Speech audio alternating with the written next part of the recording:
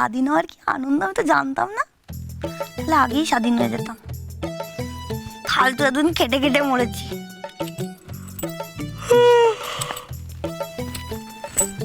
অবশ্য আমি তো তেমন খাটিনি, বুদ্ধি করে শুধু ডাইন আর বোর দিকে কাটিয়েছি। কিন্তু সেই বুদ্ধি করতেও তো অনেক খাটনি হয়, প্ল্যান করে বুজুং বাজুং দিয়ে কিভাবে কাজ এড়াতে হয় সেটাতেও তো অনেক খাটনি, কেউ বোঝে না। যাই হোক, যা হয়েছে ভালো হয়েছে। এখন আমি একেবারে স্বাধীন, সারাদিন আয়েশ করবো। নিজে না খেটে খেটে অভ্যেসটা খারাপ করেছে, সব তো মুখের সামনে পেয়ে গেছে, তাই না? হ্যাঁ, এখন কি আমি কি মুখের সামনে খাওয়া পাবো না?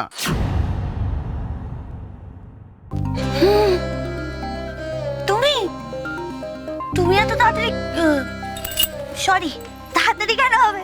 এখন তো রাত হয়ে গেছে। বলো, দোকানে সারাদিনের কাজের পর কি এক কাপ চা পাও না বাড়িতে? হ্যাঁ, কেন পাবে না? কে বলেছে পাবে না? সুন্দরী, সুন্দরী, এই তো যা, তোর মেজদার আমার জন্য 2 কাপ ভালো করে চা বানিয়ে নিয়ে আয়, একেবারে স্পেশাল করে, নয়তো না তোকে ধরে একেবারে। যা। ওসব আমাকে বলো না বাপু, আমি এতকাল তোলা কাজই করে এসেছি। ওই রান্না করা, চা করা এসব আমার কাজ না। তারপর কোথায় কি করতে কি করে বসবো? হাই, যেটা বলছিস সেটা কর, কি যা। আরে তুমি এরকম খিটখিট না করে নিয়ে চাটা বানিয়ে আনো না। হ্যাঁ, এতক্ষণ তো চাটা হয়ে যেত। না, চাটা কি পাড়ার মোড়ের দোকানে গিয়ে খেয়ে আসবো? আর রাতে রান্না করবে নাকি? দেখো মেজো বৌদি, আমি কিন্তু বলে দিচ্ছি, এখন আমি তোমাদের লোক। ওই বাইরে টাইরে কোথাও খেতে গেলে আমার কিন্তু খাবার ব্যবস্থা করে যাবে। আমি বড় মার কাছে খাবো না। সে তুমি ভালো মন্দ যাই রান্না করো, আমি তাই খাবো। আমি কি তোকে বলেছি যে আমি তোকে খাবো না? হ্যাঁ, কেন ফালতু বকছিস? শোন, একটা কথা বলে দিচ্ছি, এখন থেকে না বড় মার রান্নাকে ভালো বলবি না। আমি যা ব্যবস্থা করেছি না, একদম উল্টে যাবি। এই কি ব্যবস্থা করছো তুমি? হ্যাঁ, খাবার কি এবারে উড়ে উড়ে আসবে? উড়ে উড়ে কেন আসবে? হাঁটি হাঁটি পাপা করে আসবে, যখন সময় হবে ঠিক বুঝতে পারবে। এখন আমার সুখের দিন এসেছে, বুঝলে? আমি যা চাইবো তাই হবে। যাকে আসতে বলবো সে আসবে, যাকে যেতে বলবো সে যাবে, যাকে থাকতে বলবো সে থাকবে। সব কিছু যেন আমার সুখের জন্যই হচ্ছে। ওই আলাদা আলাদা থাকলে কি সংসার খরচা কমে আরো বেড়ে যায়? একসঙ্গে থাকার যে সুখটা না আমার ছেলে বুঝলো, না ছেলের বউ বুঝলো। এবার শ্যামল আর মেজ বৌমা হাড়ে হাড়ে টের পাবে। একটা ছাতাতলা থাকলে না অনেক নিরাপদ লাগে। এই যে সবাই ছাতা ছেড়ে বেরিয়ে যেতে চাইছে না, যাচ্ছ যাক, এবার বুঝবে, বুঝুক বুঝুক।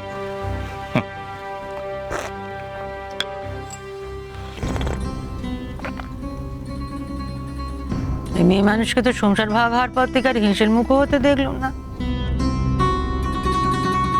শ্যামলকে তো দেখলাম যে দোকান থেকে খেটে খুটে ফিরলো, তো ছেলেটার মুখের সামনে 1 কাপ চাও তো ধরতে দেখলাম না।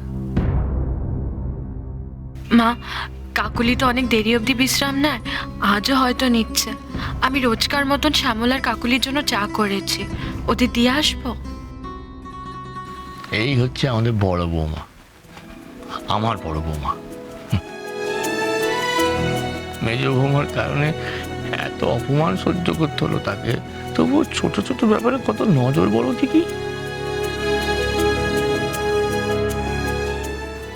বেশি ভালো মানুষই ভালো না বড় বৌমা। মেজ বৌমা যে ধরনের মানুষ, তাকে সাহায্যের হাত বাড়িয়ে দিলে দেখবে তোমার সেই বাড়ানো হাত ধরে টেনে তোমাকেই নিচে ফেলে দিচ্ছে। আপনার সঙ্গে তো আমার মেয়ে এখন থাকে না বেয়ান।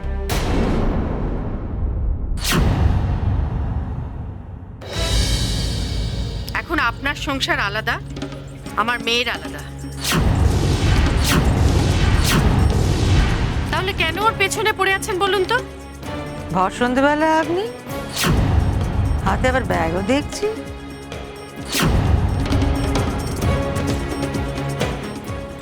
আচ্ছা বেয়ান, আমার মেয়ের কাছে আমি কবে আসবো, কেন আসবো, কখন আসবো, সেটা কি আপনি আমায় বলে দেবেন? আচ্ছা, এখনো কি আপনি নিজেকে এই বাড়ির সভ্যা কর্ত্রী বলে মনে করেন? একটা কাজ করুন বেয়ান, আপনি বরং আপনার পুরনো দিনগুলো একটু ভুলে যাওয়ার চেষ্টা করুন, কেমন? তাতে আপনার কষ্টটাও কম হবে আর বাড়ির সকলে ভালো থাকবে। এ আর কি, আমার বাড়িতে দাঁড়িয়ে এরকম করে আমার সাথে কথা কইতে আপনার খারাপ লাগছে না? না, লাগে না। এতদিন তো আপনার দাপটে অনেক অপমান আমি মুখ বুজে সহ্য করেছি, আর সহ্য করার প্রয়োজন আছে বলে তো মনে করি না।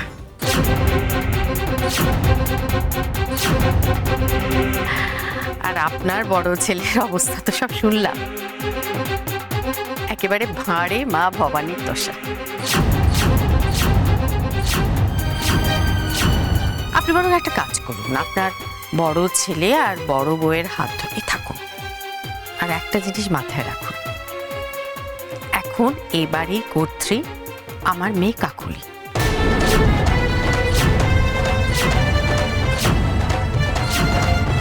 আর তার কথাই শেষ কথা এখানে।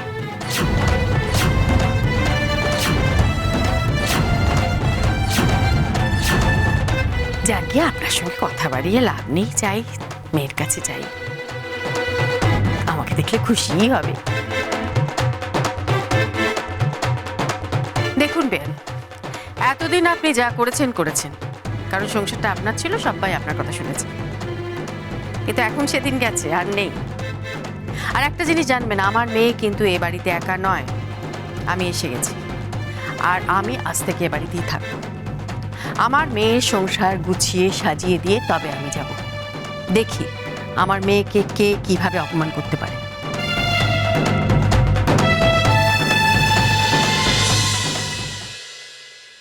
না গো সমস্যা, এই অপমান আমি মুখ বুঝে মানবো না, কিছুতেই না। বাবা, কটা গয়না দিয়েছে বলে কত কথা। এগুলো বেচে কত টাকাই বা পাওয়া যায়? ম্যাক্সিমাম লাখ দেড়েক। তার মধ্যে তো বর্দার জন্য কিছু গচ্চা দিতে হবে, আবার তার হিসেবেও মাকে দিতে হবে। আচ্ছা, সব টাকা কি বর্দার পেছনে খরচা হয়ে গেছে বল? না, বাবা যাবে, গয়না বেচে কত টাকা পাওয়া গেল বাবা তো জানতে পেরেই যাবে। বাড়াবাড়িও করা যাবে না, তাহলে মা আবার আমার উপর সন্দেহ করবে। কিন্তু নিজের লাভ না রেখে তো আমি বর্দার উপকার করতে আসিনি। আমার অংশটা আমাকে বুঝে নিতেই হবে। ইয়েস, পেয়ে গেছি। ইস, বেচারি মা, বড়দাই আসলে মায়ের স্বভাবটা খারাপ করে দিয়েছে। এত বিশ্বাস করার বদঅভ্যেস তৈরি হয়ে গেছে না মায়ের। কিন্তু মা, আমি যে বড়দা নই, বড়দা বড় বৌদিকে তোমার একচিটিয়া এইভাবে ভালোবাসা আমি মানব না। তাই বড়দা আর বড় বৌদির নাম করেই আমি আমার সুখ খুঁজে নেব। কি হয়েছে দেবল? কি রাখলে ওখানে? কই কিছু না তো। কি আবার রাখবো? হ্যাঁ, আরে আমি আমার একটা দরকারি কাগজ রাখছিলাম। টাকা লুকিয়ে রাখলে পরে মদ খাবে বলে? আরে ডায়না, সেদিনকে মদ খেয়ে মাতলামো করে ফেলেছিলাম বলে আমি মাতাল নাকি? হ্যাঁ, নাকি খারাপ মানুষ? আমি এ বাড়ির সবার ভালো চাই।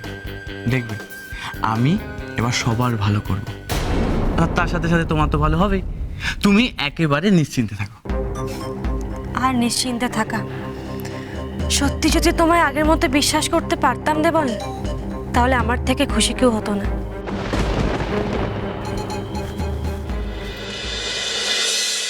মেজ বৌদির মতো চালাক চতুর হলে কিচ্ছু ধুলোয় মিশত না, ডায়না। দেখতে আমার মতো বরের জন্য তুমি গর্ব করতে। এবার প্ল্যান অনুযায়ী সব কাজগুলো করে ফেলতে হবে। টাকাটা একবার হাতে আসুক, তারপর তা কিভাবে নিজের পকেটস্থ করতে হয় আমি খুব ভালো করে জানি।